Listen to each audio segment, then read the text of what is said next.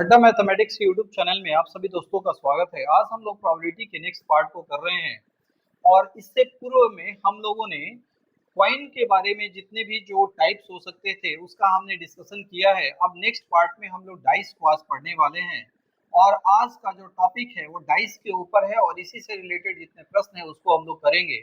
तो पूर्व में हमने जो है क्वाइन के बारे में बताया है कि क्वाइन में क्या होता है। एक ओवरव्यू हम लोग यहाँ पे लेते हुए चलें कि जो प्रोबेबिलिटी में जो क्वेश्चंस आते हैं वो तीन तरह के होते हैं। पहले क्वाइन से प्रश्न आते हैं, यानी कि आपके पास जो क्वाइन होता है उससे प्रश्न आते हैं। दूसरे होते हैं डाइस यानी पासे से प्रश्न आते हैं और तीसरा जो है प्लेइंग कार्ड से संबंधित प्रश्न आते हैं। इसके अलावा एक और ग्रुप है जिसमें जो थैले के अंदर जो है कुछ बॉल रखे हुए रहते हैं, व्हाइट कलर के, रेड कलर के या ब्लू कलर के या डिफरेंट डिफरेंट कलर के बॉल्स रखे रहते हैं। उसमें से एक का जब सिलेक्शन करते हैं तो वहां पे भी प्रोबेबिलिटी की जो है वैल्यू निकाली जाती है। तो उसका डिस्कशन हम लोग आगे करेंगे। आज हम जो डाइस में जो जितने भी तरीके के क्वेश्चंस हो सकते हैं उसको हम लोग करेंगे और इसके बाद जो नेक्स्ट होगा वो प्लेइंग कार्ड के ऊपर होगा। तो आज का जो ये है सेशन है उसमें हम लोग डाइस को पढ़ेंगे। अगर पहले आपने नहीं पढ़ा है तो क्वाइन वाले जो है टॉपिक्स को आपने क्लियर करके ही आगे बढ़ेंगे, ताकि उसमें जो हमने कुछ कॉन्सेप्ट्स को बताया है यहाँ पे बार बार चीज़ों का रिपीटेशन होगा, तो मैं नहीं चाहता हूँ कि बार बार चीज़ों को रिपीट किया जाए। फिर भी थोड़ी सी जो है एक ओवरव्यू हमने यहाँ पे देने की कोशिश की है कि प्लेइंग कार्ड्स में भी हमारे पास 54 कार्ड होते हैं, जिसमें स्पेड एक होता है। चार तरह के सूट्स होते हैं, स्पेड यानी काला पान, हर्ट यानी जो है आपका जो लाल पान, और डायमंड यानी कि जो आपका ईटा जिसको बोलते हैं, और क्लब जिसको चिड़िया बोलते हैं। और सभी में जो है 13-13 कार्ड होते हैं। इसमें दो तरह के जो है कार्ड के बारे में हमने चर्चा की थी, यानी कि जो है एक कार्ड जो फेस कार्ड जिसको बोलते हैं, जिसमें कि जैक, क्वीन और किंग शामिल होता है। इसमें चूंकि इसका फेस दिख रहा होता है इसीलिए इसको फेस कार्ड भी कहते हैं। तो फेस कार्ड में ये तीन शामिल होता है, जबकि ऑनर कार्ड में इन तीनों को लेके इसको अगर जोड़ देते हैं तो हमारे ऑनर कार्ड में शामिल हो जाते हैं। जब हम प्रश्न को करेंगे तो वहां भी स्पेशल इसके बारे में हम चर्चा करेंगे। तो चलिए अब क्वेश्चंस को हम लोग कर लेते हैं और क्वेश्चन से पहले थोड़ी सी कॉन्सेप्ट्स को भी थोड़ा सा हम लोग बिल्डअप करते हुए चले।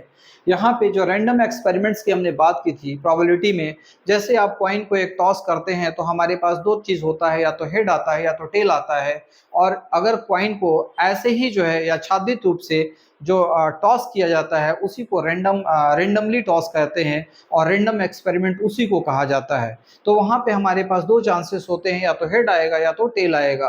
तो एक कॉइन को अगर टॉस करते हैं तो रेड और हेड और टेल जो है ये जो आने का जो होता है उसको हम टोटल आउटकम में कहते हैं, यानी कि टोटल सैंपल स्पेस कहते हैं, एग्जॉस्टिव नंबर ऑफ केसेस कहते हैं।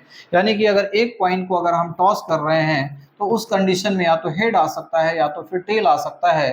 तो हेड टेल जो हुआ इसी को हम सैंपल स्पेस कहते हैं या टोटल आउटकम कहते हैं।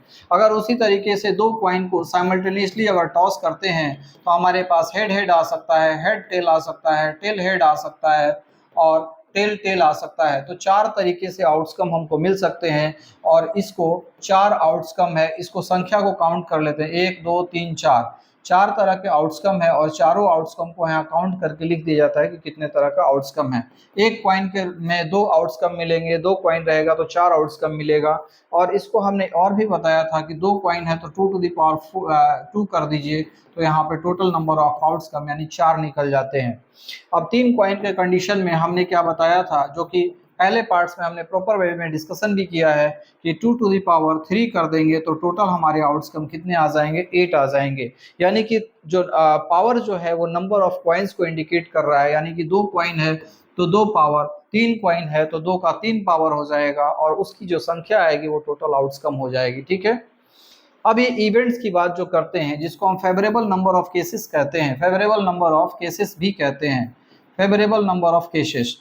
फेवरेबल नंबर ऑफ केसेस मतलब कि हमने ये जो दो कॉइन को अगर टॉस किया है तो बोल दिया कि दोनों में हेड आना चाहिए, तो इस तरह का जो इवेंट्स होगा उसको हम क्या कहेंगे, फेवरेबल इवेंट्स कहेंगे।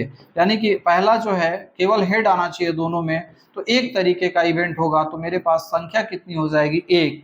दूसरे इवेंट्स में अगर कोई प्रश्न, मतलब ये क्या है, इसमें चीजें क्या है, इसका मतलब है 0 1 कब आएगा, जब जब दोनों में हेड आए, दोनों क्वाइन को टॉस करने पे क्वाइन दोनों क्वाइन में हेड आए, है ना, हेड आए। ऐसा कितना जो है इवेंट्स हो सकता है, तो एक हो सकता है। अब ये क्वेश्चन कह रहा है, क्वेश्चन ये कह रहा है कि एटलीस्ट वन हेड होना चाहिए, तो एटलीस्ट वन हेड होना चाहिए, तो एक से ज़्यादा भी हो सकता है, तो ये हो गया एक हेड इसमें भी है, एक हेड इसमें भी है, तो हमारे पास इवेंट्स कितने हो जाएंगे, हेड हेड एक, हेड टेल दूसरा, टेल हेड तीसरा। ये शामिल नहीं होगा, क्यों नहीं शामिल होगा, क्योंकि इसमें हेड है ही नहीं, तो ये कब होगा, एटलीस्ट वन हेड वाला होगा। एटलीस्ट वन हेड अगर शामिल है तो उस कंडीशन में जो होगा आपके पास इवेंट्स जो होंगे वो कितने हो जाएंगे, 3 हो जाएंगे। तो इस तरीके से हमने निकाल लिया इवेंट्स यानी फेवरेबल नंबर ऑफ केसेस जिसको हम इवेंट्स कहते हैं, और टोटल आउटकम जिसको हम सैंपल स्पेस कहते हैं। इक्वली लाइकली इवेंट्स क्या होता है कि कोई भी जो है, अगर मान लीजिए अनबायस्ड डाइस है तो सभी के आने की संभावना सेम होगी, यानी कि अगर हेड आएगा, टेल आएगा तो इसका 50% आने का संभावना है, तो इसका भी 50% आने का संभावना होगा। एक कॉइन को अगर टॉस करते हैं और वो कॉइन कैसा है, अनबायस्ड डाइस है, तो 50% अगर हेड के आने की संभावना है तो 50% टेल के आने की भी संभावना होगी। इसी को हम इक्वली लाइकली इवेंट्स कहते हैं। ओके, इक्वली लाइकली इवेंट्स कहते हैं। इसके बारे में मैंने डिटेल्स में फर्स्ट पार्ट में चर्चा की है, वहां जाके बिल्कुल आप देख सकते हो कि इक्वली लाइकली क्या होता है, अनबायस्ड क्या होता है, रैंडम एक्सपेरिमेंट्स क्या होता है। चलिए प्रश्न की तरफ चलते हैं और प्रश्न को हम लोग बनाना शुरू करते हैं। ये प्रश्न जरा देखिए क्या है, कह रहा है कि दो पासे यानी दो डाइस है वो एक साथ फेंका जाता है, एक साथ फेंकना यानी कि साइमल्टेनियसली, साइमल्टेनियसली है ना, साइमल्टेनियसली फेंका जा रहा है, एक साथ फेंका जा रहा है, कितने को, डाइस को, दोनों डाइस को। तो दोनों पासे के अंकों का योग, अंकों का योग 8 हो, है ना, तो उसकी प्रायिकता क्या होगी। पहला जो है, जब कोई कंडीशन नहीं लगा हो, डाइस को जब ऐसे ही फेंकते हैं तो क्या क्या आ सकता है, वो उसका क्या होता है, सैंपल स्पेस होता है, टोटल आउटकम होता है। तो पहले हम क्या निकालेंगे, टोटल आउटकम निकालेंगे, फिर इसके बाद हम इवेंट्स की बात करेंगे। यहाँ पे जब हम ऐसा कर रहे होते हैं तो हमारे पास एक फार्मूला होता है, P probability is equal to क्या होता है, एनी डिवाइडेड बाई NS, यानी कि number of events divided by number of sample space. थोड़ी देर पहले हमने चर्चा किया कि नंबर ऑफ इवेंट्स जो होंगे वो क्या हो जाएंगे, फेवरेबल नंबर ऑफ केसेस होंगे, और जो सैंपल स्पेस होगा वो क्या हो जाएगा, टोटल आउटकम हो जाएगा। तो यहाँ पे भी वही चीज है, यहाँ पे प्रोबेबिलिटी का मान होता है यानी कि एनी डिवाइडेड बाई NS, यानी number of events divided by number of sample space. अब इसमें जब निकालने के लिए जाओगे तो सबसे पहले आपको निकालना होता है नंबर ऑफ सैंपल स्पेस कितना होगा, उसको फाइंड आउट करना रहता है। इसके बाद हम किसकी चर्चा करेंगे, इवेंट्स की चर्चा करेंगे। तो इसमें जरा देखते हैं कि क्या क्या है। दो डाइस को फेंका जा रहा है, तो दो डाइस को जब फेंका जाएगा तो हमारे पास क्या है, दो पासा है ना, दो पासा है, और इस दोनों डाइस को जब फेंका जा रहा है तो हमारे पास टोटल आउटकम क्या होंगे, उसको पहले हम निकाल लेते हैं कि टोटल आउटकम क्या होंगे। मान लीजिए यहाँ पे 1 2 3 वाला है, यहाँ पे 1 2 3 है, और यहाँ पे सामने 2 दिख रहा है या 4 दिख रहा है ना। तो इस तरीके से ये दो डाइस है और दोनों डाइस को एक साथ फेंका जा रहा है। ये पहला नंबर डाइस है या दूसरा नंबर डाइस है। तो पहले नंबर डाइस में 1 से लेकर सैंपल स्पेस जब निकालते हैं तो हम कैसे शुरुआत करते हैं, पहले वाले डाइस में 1 से लेकर कुछ भी आ सकता है, तो पहले में अगर 1 आता है तो दूसरे में क्या आ सकता है, 1 आ सकता है, 1 आता है तो दूसरे में 2 आ सकता है, पहले में 1 आता है तो दूसरे में 3, पहले में 1 दूसरे में 4, पहले में 1 तो दूसरे में 5 आ सकता है, पहले में 1 तो दूसरे में 6 आ सकता है। अब क्या है, अब दूसरा क्या होगा, पहले वाले में जब 2 आएगा तो पहले दूसरे वाले में 1 आ सकता है, पहले वाले में 2 आएगा तो दूसरे वाले में 2 आ सकता है, 2 आएगा तो 3 आ सकता है, इसी तरीके से 2 आएगा तो लास्ट में 6 आ सकता है। 3 1 से शुरुआत करेंगे तो 3 आएगा पहले वाले में, दूसरे में 1 आ सकता है, 3 2 आएगा, 3 3 आएगा, इसी तरीके से 3 6 तक आएगा। 4 1 से शुरुआत करेंगे, पहले में 4 आएगा, दूसरे में 1 आ सकता है, पहले में 4 दूसरे में 2, और इसी तरीके से 4 6 तक आएगा, पहले में 5 आएगा, दूसरे में 6 आएगा, 5 और 1 आएगा, और यहाँ पे क्या हो जाएगा, 5 6 तक लास्ट जाएगा, यानी दूसरा 5 2 वाला होगा। ठीक है, पहले में 6 1 से शुरुआत करेंगे, 6 2 है ना, 6 2 यानी कि 6 1 आएगा, 6 2 आ सकता है, ठीक है। अब इसी तरह से पहले में 6, दूसरे में 6 आ सकता है। तो हमारे पास टोटल संख्या जो हो गई वो कितनी हो गई, उसको हम जरा लिख लें। तो उसको लिखेंगे तो यहाँ 6, यहाँ 6, यहाँ भी 6 आएगा, यहाँ भी 6 आएगा, यहाँ भी 6 आएगा, यहाँ भी 6 आएगा। तो टोटल आउटकम जो हो जाएंगे हमारे 36 हो जाएंगे, ठीक है ना। अब ये जो है हमने लिखा था कि P is equal to NE divided by क्या होता है, NS होता है। एनी डिवाइडेड बाई NS होता है, यानी कि number of sample space divided by number of events. तो नंबर ऑफ सैंपल स्पेस जो होगा वो सभी के लिए कितना हो जाएगा, 36 हो जाएगा। सभी के लिए 36 हो जाएगा, दोनों प्रश्नों के लिए। अब क्या है, इवेंट्स की जब हम चर्चा करते हैं तो हमको क्या करना पड़ेगा, पार्टिकुलर्स जो इसमें जो दिया रखा है, जो कंडीशंस लगाया है, उस कंडीशंस को अप्लाई करके देखेंगे कि इस कंडीशन पे हमारे पास कितने तरीके के आउटकम हम इसमें से निकाल पाते हैं। वही इसका क्या हो जाएगा, इवेंट हो जाएगा।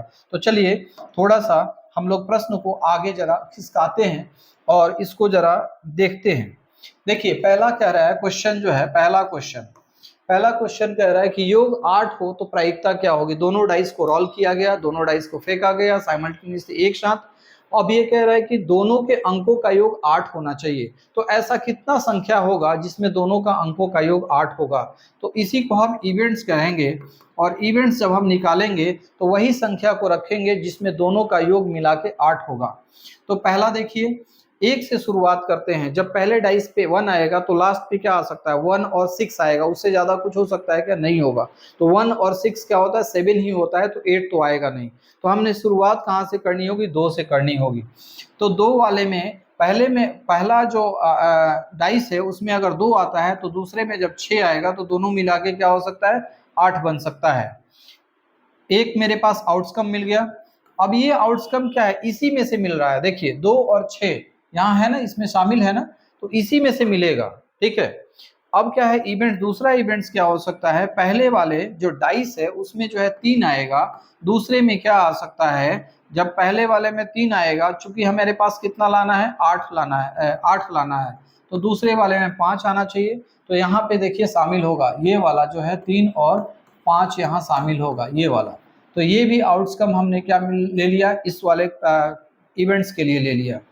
अब क्या होगा, पहले वाले में 4 आएगा। अब इसमें और भी हो सकता है क्या, 3 में 3, 3 5 8, और अब इसके बाद 3 में और 6 जोड़ेंगे तो 9 आ जाएगा। तो कोई वैसा संख्या नहीं मिलेगा, अब और कोई संख्या नहीं मिलेगा। 4 में 4 जोड़ोगे तो 8 आ जाएगा। अगला 4 में और कुछ जोड़ोगे तो 8 तो नहीं आएगा, इसलिए 4 का एक ही डिजिट वाला यहाँ मिलेगा। अब क्या है, 5। अब 5 में क्या जोड़ेंगे तो 8 आएगा, 5 में 3 जोड़ेंगे तो 8 आ जाएगा। तो पहले में 5 होना चाहिए, दूसरे डाइस पे 3 होना चाहिए। एक इवेंट ये हो गया। अब क्या हो जाएगा, 6 वाला आएगा, तो पहले में 6 होगा, दूसरे में क्या होगा, 2 होगा। तो इस तरीके से अब 6 के अलावा तो और कुछ नहीं आता है, पहले में 6 लास्ट तक हमने कर लिया। तो हमारे पास इवेंट्स कितने हो गए, इसको काउंट कर लो, 1 2 3 4 5। हमारे पास नंबर ऑफ इवेंट्स जो हो गए 5। हमने थोड़ी देर पहले बताया है कि प्रोबेबिलिटी का मान जो होता है वो एनी डिवाइडेड बाई NS होता है, यानी number of event divided by number of sample space. तो यहाँ पे P का मान हम लिख देंगे, और यहाँ पे probability PE is equal to how much, तो NE इज इक्वल टू दिया हुआ है, NE का मान आपका दिया हुआ है, और NE कितना है वो लिख लीजिए, और डिवाइडेड बाई NS लिख लीजिए। उसके मान को लिख के जब भाग दे देंगे तो वही आपका आंसर हो जाएगा। NE की जगह पे 5, और NS यानी नंबर ऑफ सैंपल स्पेस कितना है, ये 36, ये वाला। तो 5/36 यानी प्रोबेबिलिटी का मान जो हो जाएगा 5/36 हो जाएगा। किस कंडीशन के लिए, ये पहले वाले प्रश्न का आंसर हो गया। यानी कि दोनों का सम कितना आना चाहिए, 8 होना चाहिए, उस कंडीशन के लिए है। अब चलिए नेक्स्ट को थोड़ा सा अगले प्रश्न को जरा देखें, और अगला प्रश्न क्या है उसको भी जरा देखते हैं। कह रहा है अंकों का योग 7 हो, इसकी प्रोबेबिलिटी क्या होगी। तो इसी तरीके का जस्ट प्रश्न है, सिमिलर प्रश्न है। इसमें क्या है, अंकों का योग क्या होना चाहिए, 7 होना चाहिए। तो हमारे पास कैसा कैसा संख्या आएगा, 1 से शुरुआत करेंगे तो 1 से 6 वाला मिलेगा, तो 1 और 6 मिलके 7। 2 से चलेंगे तो 2 और 5 मिलके 7। 3 मिलेंगे तो 3 और 4 मिलके जो है 7 हो जाएगा। 4 वाला लेंगे तो 4 3 मिलके 7। 5 वाला लेंगे तो 5 और 2 मिलके 7, और 6 वाला लेंगे तो 6 1 मिलके 7। यहाँ पे देखिए आपको थोड़ा सा ये समझ में आ रहा होगा कि यहाँ 1 है 6 है, और यहाँ 6 1 है, दोनों में अंतर है। ये एक जो है फर्स्ट जो है डाइस पे है, फर्स्ट डाइस पे 1 आया है और सेकंड वाले पे 6 आया है, ठीक है ना। अब यहाँ पे क्या है, फर्स्ट वाले में 6 आया है और सेकंड वाले पे 1 आया है, तो कंफ्यूज नहीं होना है, यानी कि ये भी एक आउटकम होगा और ये भी एक आउटकम होगा।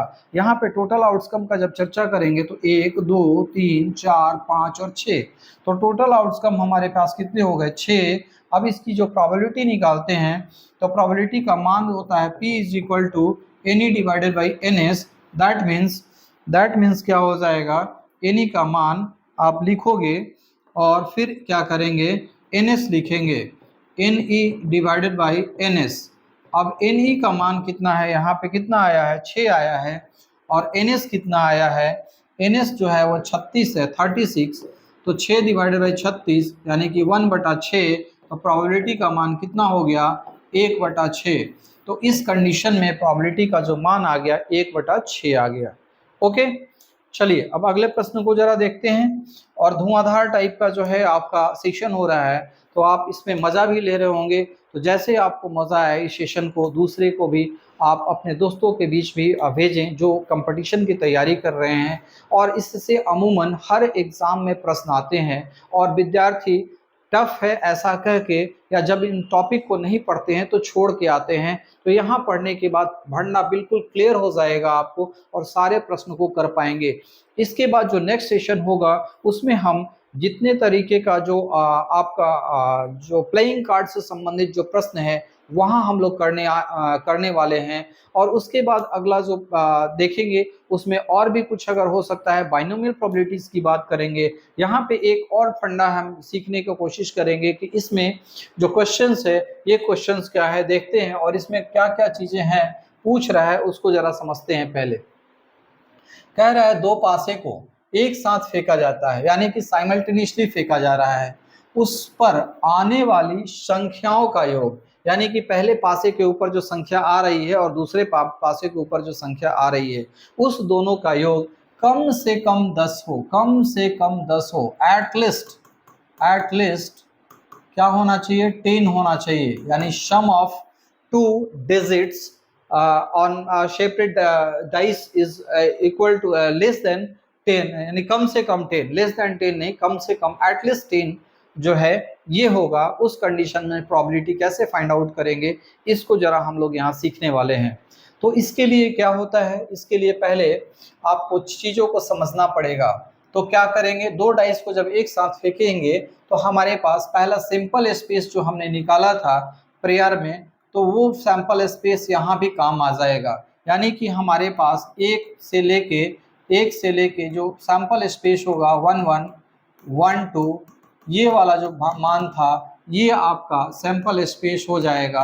और इस कंडीशन में जब हम चर्चा करेंगे, यहाँ 2 से शुरुआत कर लें, 2 1 और फिर 2 6 तक जाएगा, यहाँ भी 6 मिलेगा, 3 1 से करेंगे और फिर 3 6 तक जाएगा, यहाँ भी 6 मिलेगा, 4 1 से करेंगे और 4 6 तक जाएंगे, यहाँ भी 6 मिलेगा। इसके बाद फिर 5 1 से आएंगे, 5 1 से शुरुआत करेंगे, 5 1 से शुरुआत करेंगे और 5 1 से शुरुआत करके 5 6 तक जाएंगे और फिर 6 1 से शुरुआत करेंगे, 6 1 से शुरुआत करके 6 6 तक जाएंगे। तो यहाँ पे टोटल हमारे पास टोटल आउटकम कितने थे, 36 थे, क्योंकि जब यहाँ से यहाँ तक जाते हैं यहाँ 6 मिलता है एलिमेंट्स, 2 वाला में आते हैं यहाँ भी 6 मिलता है, 3 वाले में आते हैं यहाँ भी 6 मिलता है, 4 वाले में आते हैं यहाँ भी 6 मिलता है, यहाँ भी 6 मिलता है और यहाँ भी 6 मिलता है। सभी को जोड़ देंगे तो हमारे पास टोटल आउटकम कितने हो जाएंगे, 36 हो जाएंगे। तो पिछले वाले में क्वेश्चंस में हमने बताया है, तो वहाँ से भी आप इसको देख सकते हैं। ठीक है, बार बार लिखने से जो है थोड़ा लेंदी हो जाता है और चूंकि वो सेम चीज़ है आपको कुछ एक्स्ट्रा समझना नहीं है, इसलिए हम लोग ऐसे ही करेंगे। ठीक है, अब ये क्या कह रहा है कि कम से कम 10 आए। अब इवेंट्स की चर्चा करते हैं। इवेंट्स में कह क्या रहा है कि ऐसा जो है संख्या हो कि कम से कम 10 आए। तो एक इवेंट्स तो ये हो सकता है कि 10 आए, कम से कम 10 मतलब 10 आना चाहिए, एक इवेंट ये होगा। दूसरा इवेंट ये होगा कि जो है दोनों का सम जो है 11 आ जाए, ये भी तो हो सकता है। और तीसरा इवेंट ये होगा कि जो है दोनों का सम 12 आ जाए, 12 के बाद भी कुछ हो सकता है क्या? क्योंकि लास्ट जो है 6 और 6 है, पहले वाले में 6 आएगा, दूसरे में 6 आएगा, तो फाइनली हमारे पास अंतिम जो संख्या हो वो कितनी आएगी? 12 ही आ सकता है। 11 भी हो सकता है, 10 भी आ सकता है। तो ये कह रहा है कि कम से कम 10 शामिल है, तो 10 में एक इवेंट तो ये हो जाएगा जिसमें दोनों का सम 10 आए, एक इवेंट ये हो जाएगा जिसमें दोनों का सम 11 आए, और एक इवेंट ये होगा जिसमें दोनों का सम 12 आए। तो हमारे पास 3 इवेंट्स हो गए यहाँ पे। अब यहाँ पे चर्चा ये करना है कि 3 इवेंट्स हो गए तो हम तीनों इवेंट्स को निकालेंगे कैसे? इसके लिए सबसे पहले एक चीज जानना जरूरी है कि म्यूचुअली एक्सक्लूसिव इवेंट्स का जो कॉन्सेप्ट होता है वो क्या होता है। तो चलिए थोड़ा सा कॉन्सेप्ट पे हम लोग चर्चा कर लेते हैं और चीज़ों को थोड़ा समझते हैं। Mutually exclusive events mutually exclusive events को परस्पर अपवर्जी घटना भी कहते हैं। परस्पर अपवर्जी घटना को जो है हम म्यूचुअली एक्सक्लूसिव इवेंट्स कहते हैं। परस्पर अपवर्जी घटना को हम क्या कहते हैं? अपवर्जी घटना को हम क्या कहते हैं? जो है आपका म्यूचुअली एक्सक्लूसिव इवेंट्स कहते हैं। इसको जब तक से आप नहीं जानेंगे, इस प्रश्न को करने में आपको कठिनाई होगी। बताने के लिए तो मैं 1 मिनट में बता सकता हूँ, लेकिन कॉन्सेप्ट जानना बहुत ज़रूरी है। अब परस्पर अपवर्जी घटना का मीनिंग क्या है? तो ऐसी घटना जो कि एक बार अगर कोई घटना हो जाती है वो दूसरी घटना को आने से रोक दे। परस्पर अपवर्जी मतलब कि एक घटना कोई घट रही है तो दूसरी नहीं घटेगी, एक घटना कोई घट रही है तो दूसरी नहीं घटेगी। जैसे कि अगर कोई जो है कहीं पे मैच हो रहा है, कोई भी क्रिकेट ही मैच ले लो, वहाँ पे अगर कोई मैच हो रहा है इंडिया पाकिस्तान का, तो अगर इंडिया अगर जीतता है या पाकिस्तान जीतता है तो दूसरा इंडिया भी नहीं जीत सकता है, मतलब दोनों एक साथ नहीं हो सकती है। एक जीतेगा तो दूसरा नहीं जीतेगा, एक जीतेगा तो दूसरा नहीं जीतेगा। इसको हम अपवर्जी घटना कहते हैं, परस्पर अपवर्जी घटना कहते हैं। इसको दूसरे एग्जाम्पल के सहारे भी हम देख सकते हैं कि जैसे एक कॉइन को हम टॉस करते हैं तो अगर हेड आता है तो टेल नहीं आ सकता है, हेड जब आएगा तो टेल नहीं आएगा। यानी कि हेड आने की घटना जो है वो टेल आने की घटना से बिल्कुल ही अलग है, और एक जब आएगा तो दूसरे को आने से रोक देगा। इसी दोनों घटना को हम आपस में जब करते हैं तो उसको हम परस्पर अपवर्जी घटना कहते हैं। अब यहाँ इस बात का क्यों जिक्र कर रहे हैं? डाइस के केस में भी सिमिलर है कि मान लीजिए कि मेरा डाइस है, यानी कि जो पासा है उसको जब हम रोल करते हैं तो उस कंडीशन में जब अब मेरे पास एक आता है तो वो 2 नहीं आ सकता है, 3 नहीं आ सकता है, 4 नहीं आ सकता है, 5 नहीं आ सकता है, 6 नहीं आ सकता है। तो जब एक आ गया तो बाकी को अपवर्जित कर देता है, बाकी घटनाएं नहीं घट सकती है। इसी को म्यूचुअली एक्सक्लूसिव इवेंट्स भी कहते हैं। अब जो है इसकी बात हम यहाँ क्यों कर रहे हैं? चूंकि यहाँ पे 3 कंडीशन मेरे पास है। इवेंट्स 1 जब दोनों का योग दोनों का योग 10 हो, इवेंट्स 2 जब दोनों का योग 11 हो, इवेंट्स 3 जब दोनों का योग 12 हो। तो जब 10 हो दोनों का योग, ऐसा पासा है जब उसको फेंका जाता है तो दोनों का सम जब 10 आता है तो 11 नहीं आ सकता है, 12 नहीं आ सकता है। यानी कि जब ये आएगा तो इस दोनों को अपवर्जित कर देगा। जब E2 आएगा यानी दोनों का सम जब 11 होगा तो 12 नहीं हो सकता है, उसी तरह से 10 नहीं हो सकता है, यानी इस दोनों को अपवर्जित कर देगा। जब दोनों का सम 12 आएगा तो घटना 11 वाला और 10 वाले को अपवर्जित कर देगा। दैट मीन्स कि दोनों का अगर सम 12 आता है तो 11 नहीं आ सकता है दोनों का सम, दोनों का 10 नहीं आ सकता है। अब इसका फायदा क्या मिलेगा? इसका फायदा हमें ये मिलेगा कि जब हम प्रोबेबिलिटी की बात करते हैं, ये कह रहा है कि कम से कम 10 आए, 11 आए और 12 आए, तो इस कंडीशंस को हम कहते हैं, इस कंडीशन को कहते हैं probability of E1 union E2 union E3। इसका मतलब है कि E1 कम से कम एक या फिर एक से ज्यादा भी हो सकता है ना? तो ये भी शामिल होगा, ये भी शामिल होगा, ये भी शामिल होगा। तो इस तरीके से हमको प्रोबेबिलिटी निकालना पड़ेगा। किसका प्रोबेबिलिटी निकालना पड़ेगा? Probability of E1 union probability of E2 union probability of E3 निकालना पड़ेगा। और इसका वैल्यू क्या होता है, probability of E1 plus probability of E2 plus probability of E3 होता है। किस कंडीशन में, जब ये क्या है, ये फॉर्मूला है, कब ये लागू होगा, ये फॉर्मूला तब लागू होगा जब E1, ये कंडीशन है, क्या कंडीशन है यहाँ पे, कंडीशन क्या होगा, ये फॉर्मूला कब लागू होगा, कंडीशन है, कंडीशन कब है, जब E1, E2 and E3 are mutually exclusive event, ठीक है ना।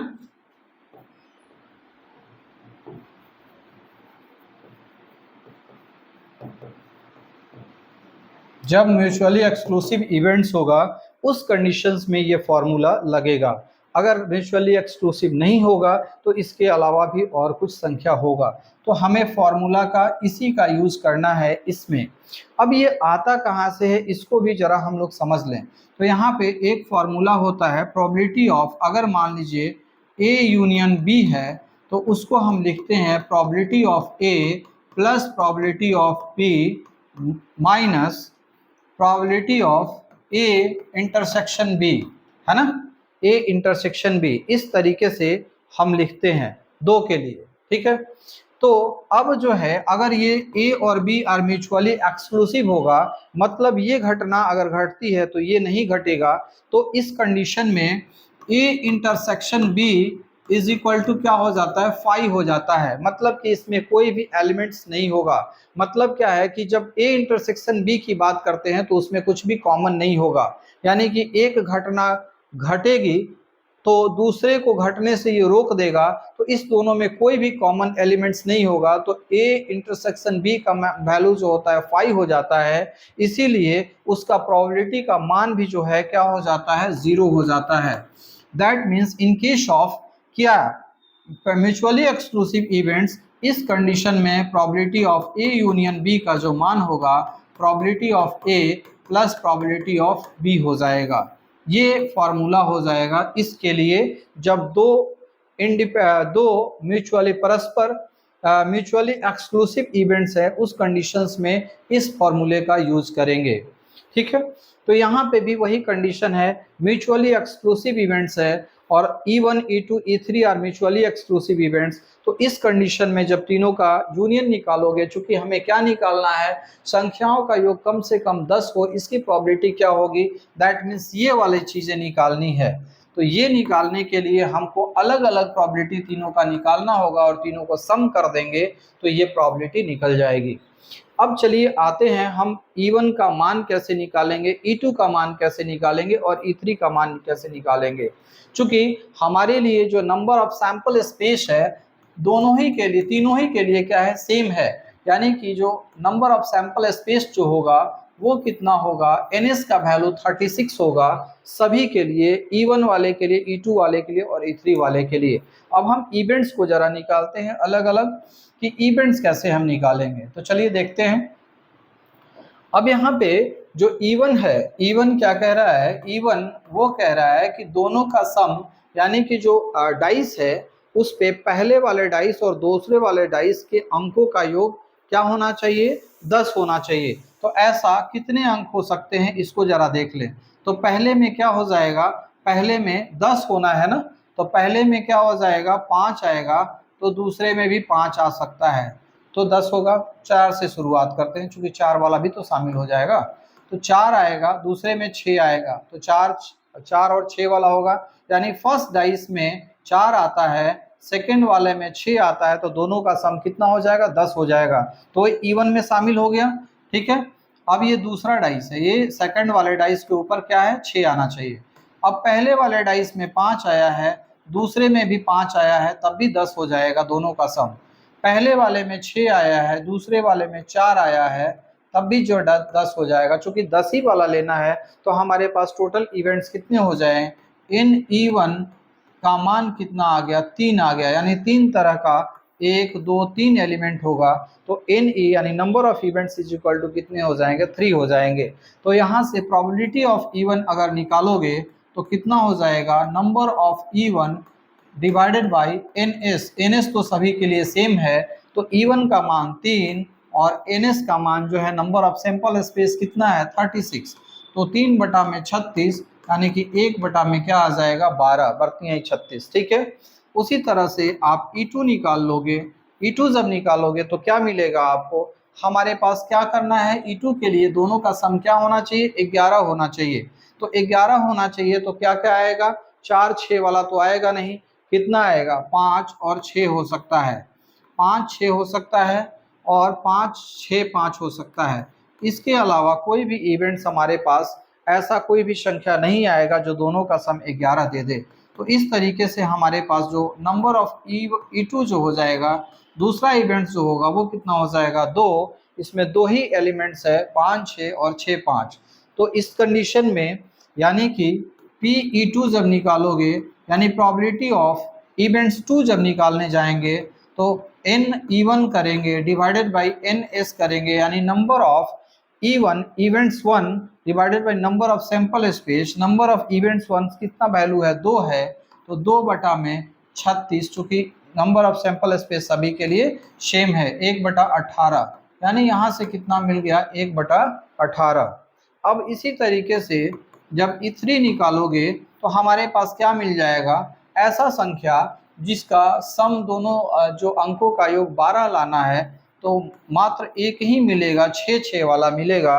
और इस कंडीशन में हमारे पास नंबर ऑफ इवेंट्स जो हो जाएंगे तीसरे के लिए 1 हो जाएगा, यानी 1, यानी कि प्रोबेबिलिटी ऑफ E3 जब निकालने जाओगे तो NE3 डिवाइडेड बाई NS करोगे, यानी कि 1 बटा में 36 और 1 बटा में 36 जो होगा इसकी प्रोबेबिलिटी हो जाएगी।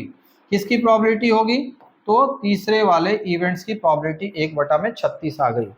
अब जो है हमें टोटल प्रोबेबिलिटी निकालना है ना, total probability that means probability of E1 intersect union E2 union E3 की प्रोबेबिलिटी निकालनी है। और इसकी जब प्रोबेबिलिटी आप निकालोगे तो आपका जो है तीनों का सम करना पड़ेगा, यानी कि जो आपका क्वेश्चन दे रखा है, क्वेश्चन में जो पूछ रहा है कि ऐसा ऐसा जो है प्रोबेबिलिटी फाइंड कीजिए ताकि अंकों का योग कम से कम 10 हो, तो 10 वाला भी शामिल होगा, 11 वाला भी शामिल होगा और 12 वाला भी शामिल हो सकता है। तो ये हमें निकालना है probability of E1 union E2 union E3 का मान। और इसका मान अगर म्यूचुअली एक्सक्लूसिव इवेंट है तो उस केस में probability of E1 plus probability of E2 plus probability of E3 होता है। इस तीनों को ऐड कर देंगे तो हमारे पास वो रिक्वायर्ड प्रोबेबिलिटी निकल जाएगी जो क्वेश्चंस में कह रहा है 1 बटा 12 E1 के लिए, E2 के लिए 1 बटा 18 और E3 के लिए 1 बटा 36। तीनों को अगर एलसीएम लेते हैं तो 36 बर्तियाँ 36, 18 दूनी का 36 एक बार में, यानी कि 3 दू 5 1 6, 6 बटा में 36, इसको कटाएंगे तो 1 बटा में 6, यानी इसका मान जो आ गया कितना आ जाएगा 1 बटा में 6, यही जो है आपका सही उत्तर हो जाएगा। Okay, thank you very much. इसी तरीके के अगले जो कॉन्सेप्ट को सीखने के लिए बिल्कुल नेक्स्ट पार्ट में बने और प्रीवियस वाला पार्ट्स भी आप देख लेंगे तो कॉन्सेप्ट पूरी तरह से क्लियर हो जाएगा। Okay, thank you very much.